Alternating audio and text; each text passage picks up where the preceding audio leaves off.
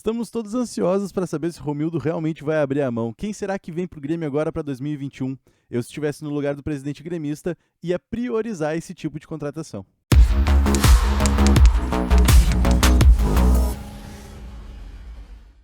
E aí pessoal, tudo bem? Eu sou o Luiz Felipe Macedo, eu sou comentarista e narrador aqui da Rádio Pachola. Eu tô colocando meus vídeos de opinião sempre às 9 horas da manhã e, claro, eu te convido a colocar nos comentários também aquilo que tu pensa para eu saber se é parecido, se é alguma coisa complementar. E, por favor, eu já te peço também, vou aproveitar aqui para te pedir para deixar like, se inscrever no canal e tudo aquilo que tu já tá bem acostumado. Já começo dizendo também que, se eu tivesse no lugar do Romildo, se eu tivesse no lugar do presidente gremista, eu priorizaria determinada contratação. Parece fácil falar assim, é claro que uma contratação, principalmente tirando esses valores todos que a gente vê no futebol de elite, é uma coisa um pouquinho mais complicada, tem muita negociação e tal, não é tão fácil assim, não é como ligar o videogame e sair contratando os caras. Mas aqui eu tô fazendo um movimento de pensar quais são as principais carências que a gente tem no nosso elenco. E há bastante tempo eu venho pensando que a gente precisa muito de um primeiro volante, de um camisa 5 de origem, de um cara que seja quebrador mesmo, que não queira estar para brincadeira. E por que eu penso isso? Porque os times de sucesso do Grêmio dos últimos anos, todos eles têm essa figura. Em 2016, por exemplo, a gente jogava com o Wallace centralizado. Em 2017, a gente jogava com o Jailson centralizado. Aí começou 2018, a gente já não tinha mais essa figura, já começou a ficar um pouco oscilante, daí botava às vezes o Michel, daí o Michel já ia pra zaga também, daí acabou fazendo alguns gols contra, e a torcida começou a também ficar um pouquinho mais impaciente com as atuações do Michel. E aqui vai um recado pro meu amigo Eduardo Andriotti. Eu gosto sim do futebol do Michel, eu só acho que ele foi um pouco mal aproveitado ali, foi sacrificado muitas vezes jogando na zaga, enfim, tá? E aí 2019, 2020 a gente não tem uma figura ali como o camisa 5, como o cara que realmente vai quebrar a jogada, destruir a jogada adversária e largar para alguém que seja um pouquinho mais competente. E isso também pode ajudar a explicar a oscilação do time nesses últimos anos e por que a gente não conseguiu conquistar nada muito mais relevante do que o Gauchão. Sem ignorar, é claro, 2018 a gente ganhou uma Recopa. E isso ficou muito bem expresso no ano de 2020, agora na temporada passada, em que o time oscilou demais, vários empates, várias atuações frustrantes, e a gente não tinha essa figura do primeiro volante e tentava improvisar muitas vezes o Lucas Silva.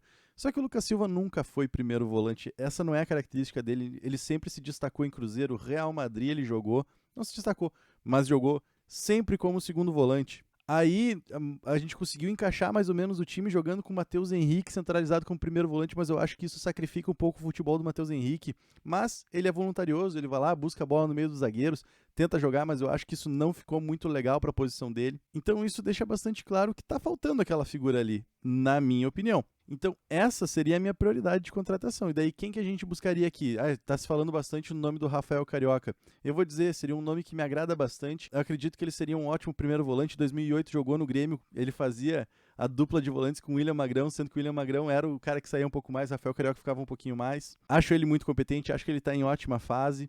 Então eu acho que vale a pena arriscar, acho que vale a pena pagar um pouquinho mais para contratar um jogador desse tipo, um cara que é identificado com o Grêmio também, acho que a torcida vai abraçar bastante, então ele seria um grande acréscimo para o nosso elenco. E aqui eu tô falando de contratação sem esquecer, por óbvio, do Lucas Araújo, que é um cara que tem porte físico, é um cara que tem qualidade, que joga bem, gosta de bater falta, tem personalidade, isso é muito importante para um guri que está subindo agora da base para o profissional. Então o Lucas Araújo tem uma característica de primeiro volante, é crucial que ele já esteja mais adaptado agora ao profissional, que ele seja mais utilizado mais vezes, mas eu também não quero colocar essa carga direto nas costas do guri. Eu acho que é importante também que a gente tenha algumas contratações de peso para dar um pouco mais de corpo para esse nosso elenco. Não adianta também apostar todas as fichas na base, porque daí vai jogar Breno, daí vai jogar Ferreira, daí vai jogar Lucas Araújo, aí daqui a pouco a gente tem um time só de jogadores da base. Não, é importante que a gente faça essa mistura, né? Tenha bons jogadores da base e boas contratações. E aqui eu não estou falando de boas contratações só de jogadores de grupo. Eu não quero contratações de jogador de grupo, eu quero jogador que chegue para fardar, que no meu caso eu acho que seria o Rafael Carioca. Mas a negociação com o Rafael Carioca também tem se mostrado bastante difícil, então a gente tem que pensar também em algumas alternativas, né? Aqui eu cito com muito carinho o Jailson. Por que o Jailson? Porque ele não é um super jogador, o Jailson não era um craque e ele tinha consciência disso. Ele tinha consciência das limitações dele, então ele era um cara que roubava a bola e entregava para o lado. Não se via muito o Jailson fazendo gols, não se via muito o Jailson aparecendo no ataque, isso era bem incomum. O que demonstra que o Jailson tinha consciência tática, principalmente, que era aquele cara que ficava guardando a nossa defesa, roubava a bola e entregava para alguém construir.